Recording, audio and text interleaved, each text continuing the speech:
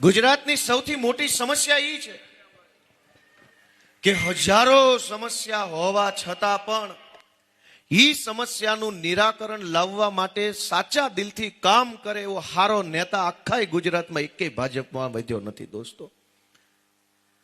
તમામ લોકો જે લેભાગુ તત્વો હોય, માથાભારે માણસ હોય, ગુંડાઓ હોય, તોડબાજો હોય, કટકી કરનારા હોય, લુખાઓની ટોળકી લઈને ફરનારા હોય, સમાજને દબાવનારા હોય, એ બધા જ લોકો ભાજપનો ખેસ પહેરી પહેરીને ભારત માતા કી કર્યા કરે છે.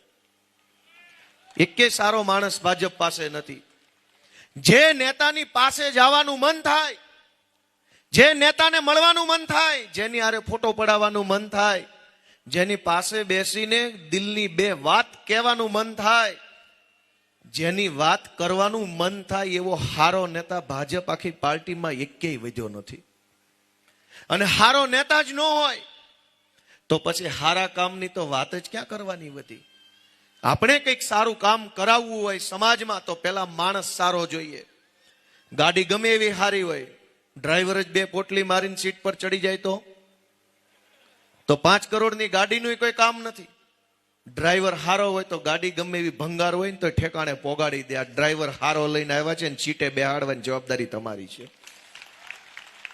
દર 5 વર્ષે 2 પોટલી આવીને ભાજપ વાળા બે જાય ડ્રાઇવિંગની સીટે, ગાડી તેરા ભાઈ ચલાએગા કરીને ઠોકે છે.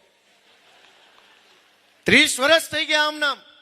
એક વખત તો ભણેલો માણસ લાવો, એક વખત યુવાન લાવો, ઉર્જાવાન લાવો અને જોઈ જોવો કે કેવું કામ થાય છે.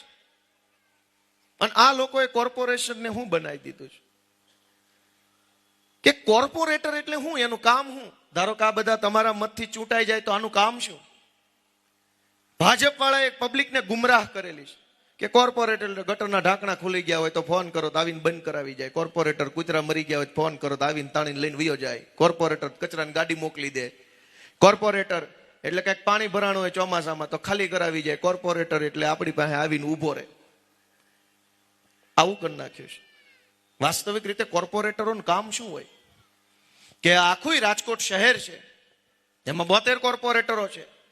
એને બધાએ ભેગા મળીને આ રાજકોટ શહેર આવનારા 10 વર્ષમાં, આવનારા 20 વર્ષમાં કેવું બનશે ને એનું આયોજન કરવું અને એ આયોજનને અમલમાં મૂકી અને ખરેખર 10 વર્ષ પછી એવું રાજકોટ બને એના માટે પ્રયત્ન કરવો એ કોર્પોરેટરનું કામ છે.